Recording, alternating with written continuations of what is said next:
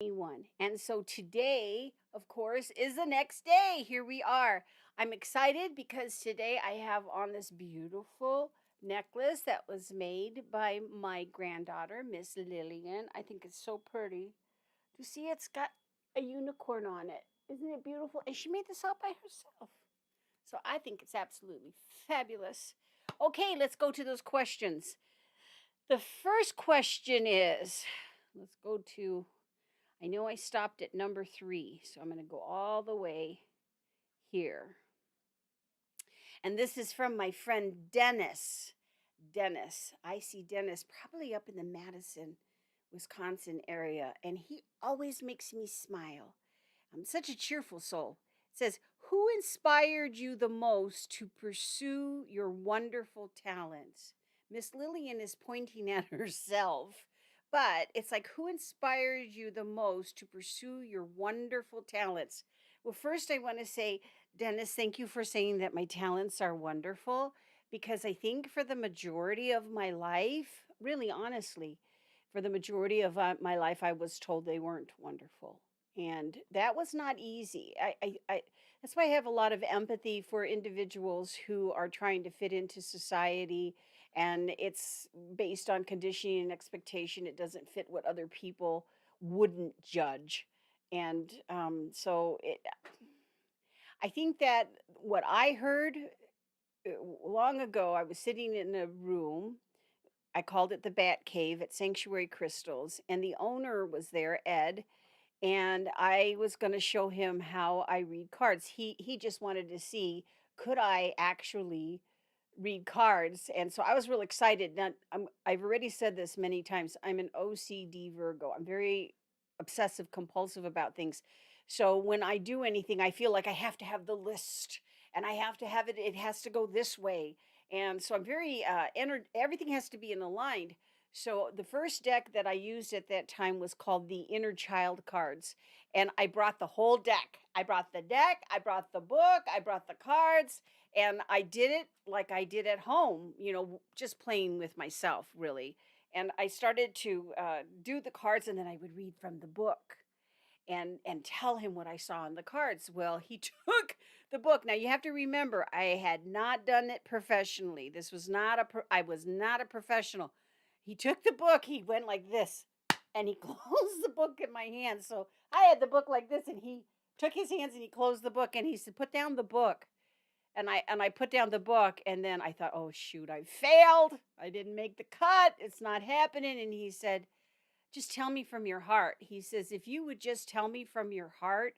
He looked at me and he said, "You will be the greatest seer that ever walked upon the face of this earth." I swear to you, he said that to me. Now, I don't know if he remembers saying it too, but I looked at him and I thought, what? I was like, me, the greatest in the world? I thought, So, of course, I had to get the OCD in alignment, because I was like, I can't look at the book. I can't look at all the details. Aren't the details important? And so I closed the book was closed, and I started to read and stuff like that. And within less than a couple of days, I was sitting in that room sharing my first readings. And I remember who my first client was. It was the most beautiful Carla. She came in and she sat down, and we had a moment together, and she's still in my life, and I'm so grateful for that. So he encouraged me, because he basically said, "You already got what you need inside of you. You don't need to look in a book.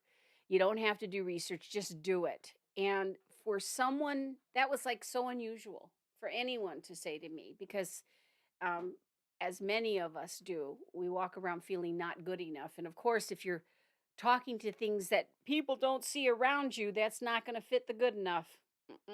People don't want to hear that or see that. So and then over time, I always had this thing.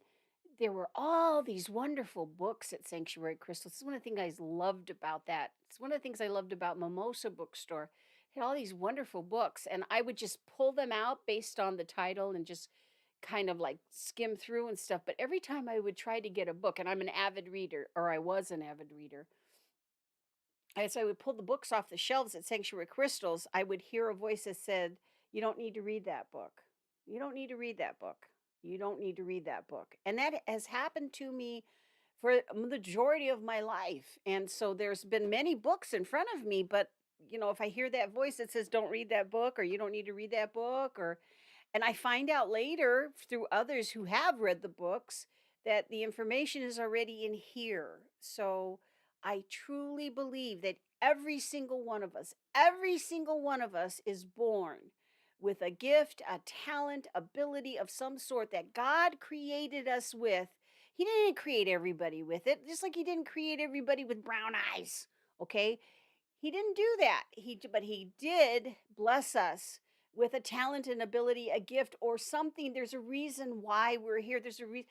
And what happens is, and I've seen this so many times with so many clients, is that people forget their reason for being here, especially when someone they love dies. They forget, or they need to be reminded, or they feel like that their reason was only connected to that person. And there the reason is, a lot of the people that we love that go to the other side, we were meant to spend time with them. And I'm so blessed. I am so blessed. I am one of these very sentimental, tender-hearted beings. I i will keep, if you send me a card, I probably still have it. I keep them because I'm so touched when anyone takes the time to pick a card and write something to me. I'm just so touched by it. It's like, wow, they really. And so you'll see them all over my house, and I keep them to remind myself. So I would tell you, especially when you have a loved one who has transitioned to the other side, it's okay to keep little things, or even big things if you want to, that remind you of them and the good stuff. Okay. If you're holding on to some stuff and it's like funky, junky, and it's not helping your energy, why are you holding on to it? We do that. We we hold on to things we don't need to hold on to, and it's not just things. It's something that someone said or didn't say, or when somebody didn't show up, or they showed up for someone else and they didn't show up for you. It's that kind of stuff. So I would say that the person who inspired me the most to pursue my wonderful talents, I don't think it was just one person, but if I could pinpoint a time, that moment with Ed, when he took his hands and he closed that book, I thought, oh, shoot, I failed. And you know what that's like for a Virgo when they fail? Oh, my goodness. They don't ever, because what do? I go into every detail. Why should I have failed and stuff? But the next person that I truly, it's not a day I wake up that I don't think about her, is Melody. She was the author of the Love is in the Earth book series and cards, and she did some amazing work. And I had the opportunity to learn her methodology, and she inspired me. She inspired me because there was a real difficult moment in my career where there were those who judged me because at that time I was a Latter day Saint, I was a Mormon, and these two very, I guess I would call them upper class beings who were in the same teaching arena that I was at that time, uh, were totally shocked that I was there. They're like, how does someone like you come here? You don't belong here. I mean, they really said that to me. You don't belong here. That devastated me. I was so devastated that I went off to cry. And Melody, she came up to me and she asked me, why are you crying? So I told her. And she looked at me and she said, you're here because I want you here. You do the dance. You do the dance. She meant it. I mean, it came from her heart. And I thought, I do the dance? What is the dance? That's how naive I guess I was, or innocent. And she would always say that to me. You do the dance, Akia. And she said it many, many times. And she said very intimate things to me in regards to me doing the dance. And I do. I do the dance. I know what the dance is now. I did not know what the dance was then, but I do the dance. And sometimes, how many of us have had that experience? I was not prom queen, I was not homecoming queen. We moved so much that it was very difficult sometimes to make long term friends. So that's why I treasure them so much. But what was interesting is Melody. She believed in me. She believed in me. And I'm real grateful for that.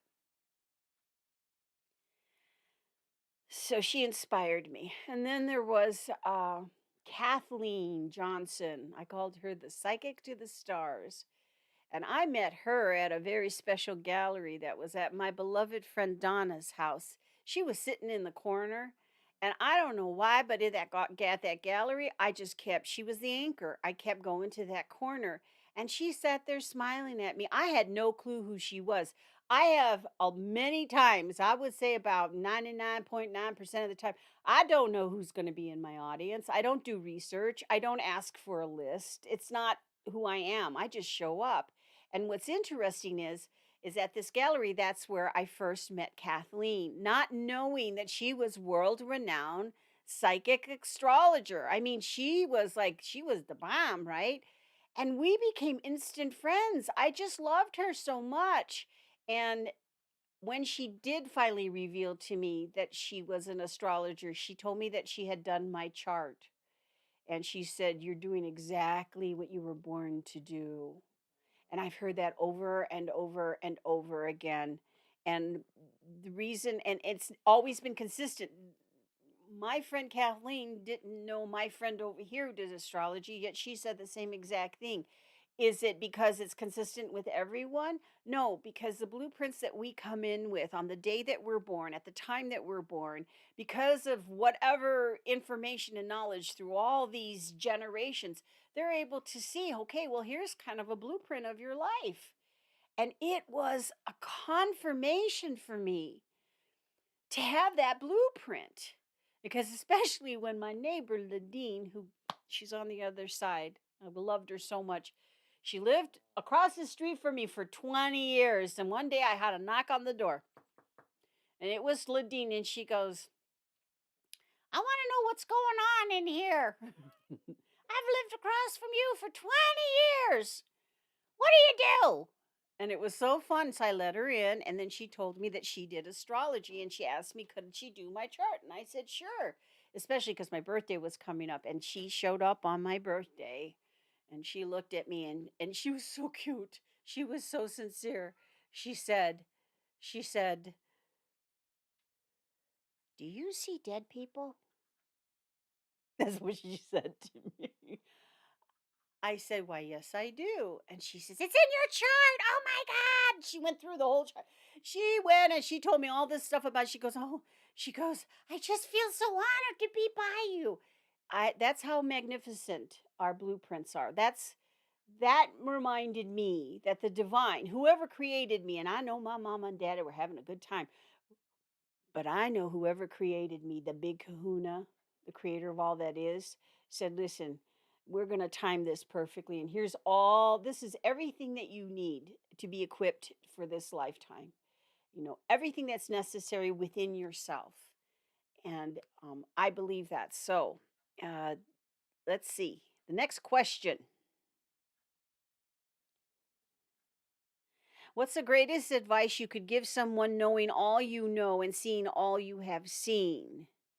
The one thing that would help us to hold on and to keep going, or the one thing that is most soul stirring for all our journeys. Ooh, that's a big one. She said, "I had to give a flu shot to a 100-year-old lady the other day, and I asked her what was her best 100-year-old advice. And she said, 'You must be happy. You must find that which makes you most happiest and stick with it.'" I agree with that. Follow your passions. What are you passionate about? And if you don't know, And if you haven't experienced, it's time. It's time. Come on, get out there. Take a risk. Do something fun. I still want to go zip lining. I still do, but I think I now make the weight requirement. I think I do now. I maybe 5 years ago I wouldn't, but I think now I can do it, which would be that would be so much fun. I'm gonna do it with my friend Lisa. We're gonna go. Woo! Zip lining. Um, what would be my greatest advice?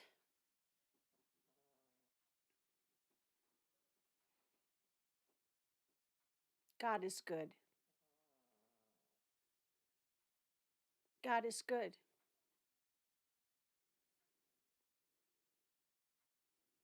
None of this other stuff that people want to put on God. God is good. And keep moving because we don't die. We're energy. We continue to grow. We continue to evolve. We continue to experience, and it's not over. And it's only when we say to ourselves, that's it, there's no more, that we can really do ourselves a big disservice because it's not it and it's not all there is. There's always something more. There's your favorite parts. There's parts that you'll never forget and you want to do again, but you can't for whatever reason, time, shifts, changes, transformations.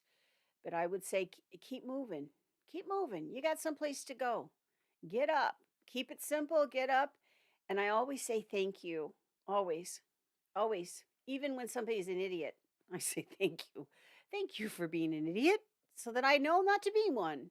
Doesn't mean I'm not, but thank you because it helps me to know the best direction for myself. Okay. And Eve, my sister from another mother. Oh, I love her. She has the most sweetest, kindest soul. I just love her so much. Anyhow, Eve says, "What's your true passion?"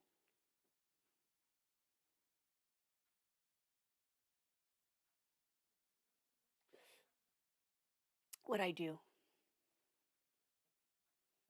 What I do is my true passion.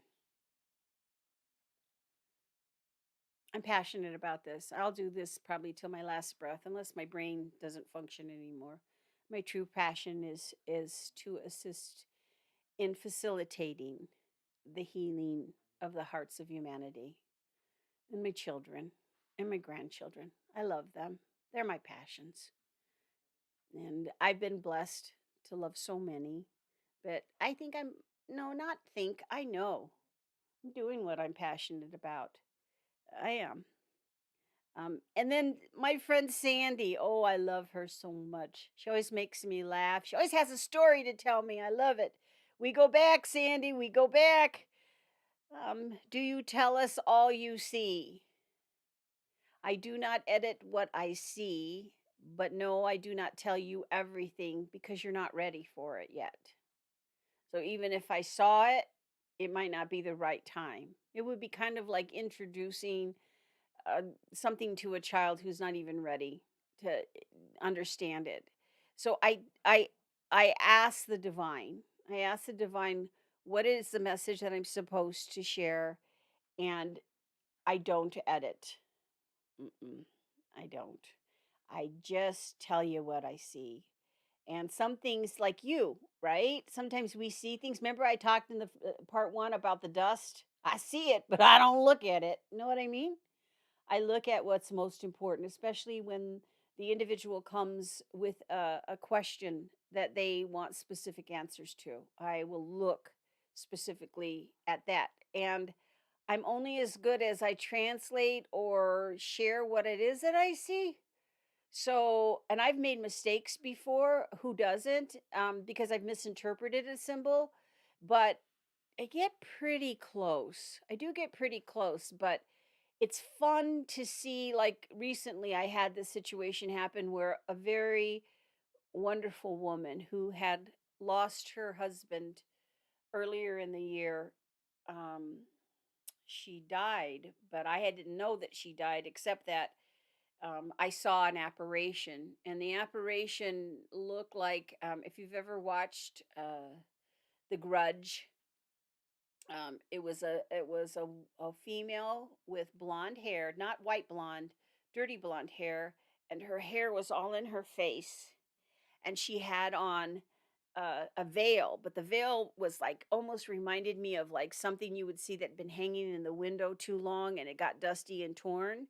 And she was walking with her head down like this. So immediately my interpretation was that's the grieving bride. That's the heartbroken bride, somebody who's very heartbroken. And I said it out loud to my Mr. V, and he said, "Well, who is it?" And I asked, and they gave me a name. And I said, "Well, I know that name, but you're not that person." Because you know what? I still ask questions. Just because I see it doesn't mean don't ask questions. Come on. We can all be fooled by what's on the internet right now. Okay. So even if my own eyes see it, I have to ask questions and I have to be sure. So she did give me a name, and I said, "No, no, that's not you. And I don't know why you're here because I'm very careful about my home and what spirits can come in." And anyhow, I left it like that. And then a couple hours later, not even an hour actually, I got a call that she had a massive heart attack. And I knew it was her because the name that was said, I mispronounced it.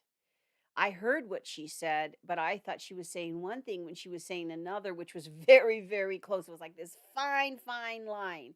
The difference between a knee and a E.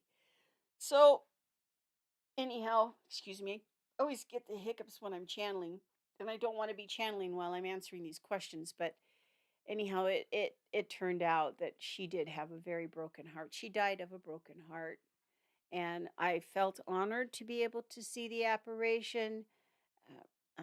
But the circumstances around it are very sad and very tragic. And listen, people die of broken hearts. I've seen it more than once, especially when you see those couples that or people who are joined at the hip and one dies, and it's not unusual within a year 2 years the other one will go because their soul they're connected, they're so connected.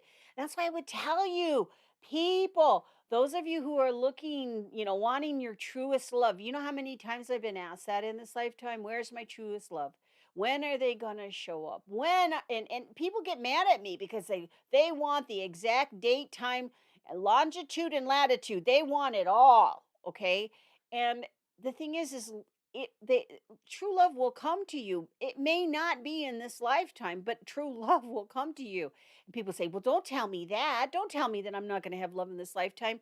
Listen, go out there. It's a huge world with billions of people, and there is someone for you out there, but don't settle. That's the thing I would tell my younger self. I would say to my younger self, listen, explore this wonderful world. Go to different places and spaces, try different things. I still have a list of things that I want to master, don't you? Don't you have things that you want to master? And I'm going to tell you something, I love the masters. I love people who are masters or experts. And I have found that those who are the true masters, the true experts, they're the quality, and they're humbled, but boy, do I respect them.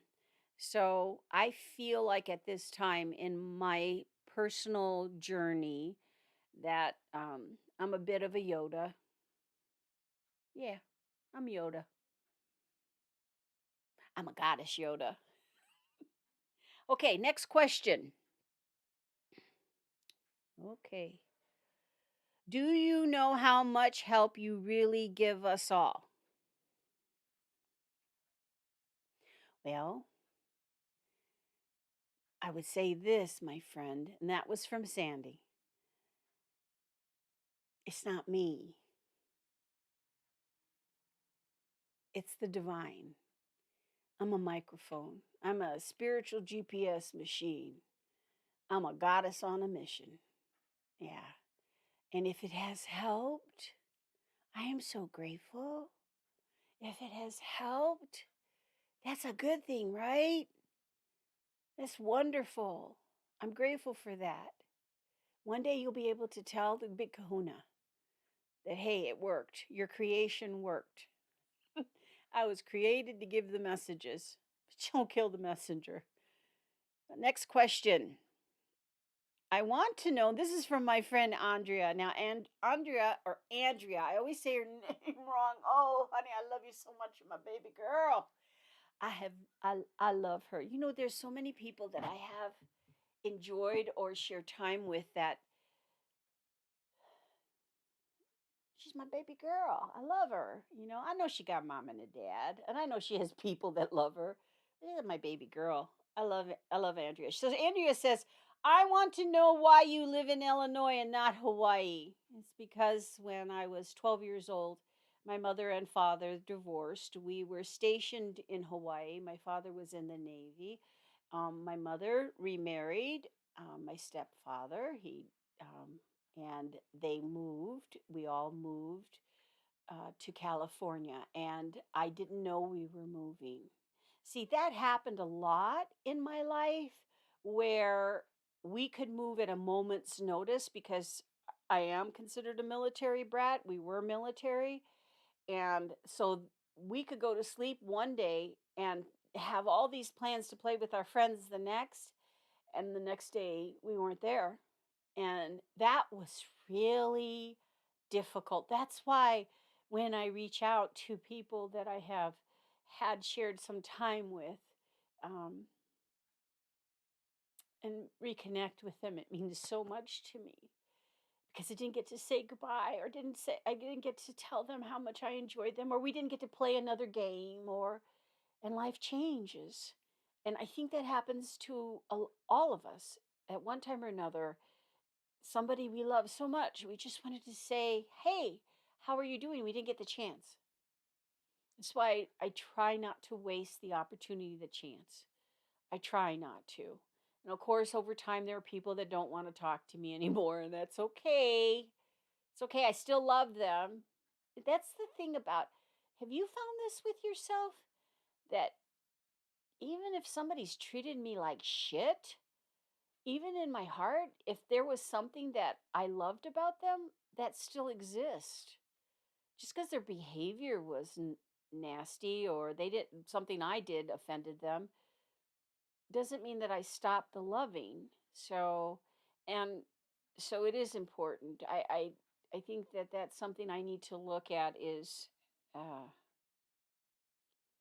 I want to go to Hawaii. I want to live in Hawaii. I do. I love it, but it's changed. I belong to a great group on Facebook that talks about Oahu back in the day when I was there, and it's changed. It's become very commercialized. No longer are many of the streams in the forest that I used to play in. Um, but my best friend from childhood, who lived right next door to me, my friend Karen. She lives there. She got a really beautiful place, and she's right by the beach. And we talk about seeing each other again because I never said goodbye to her.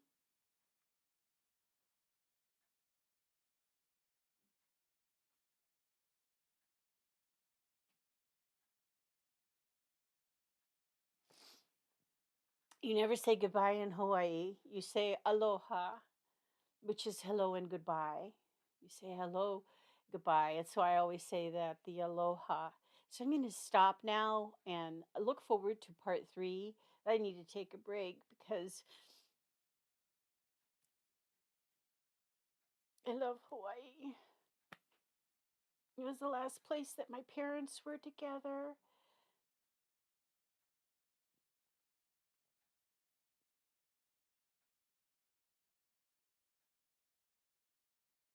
It was so beautiful. Aloha.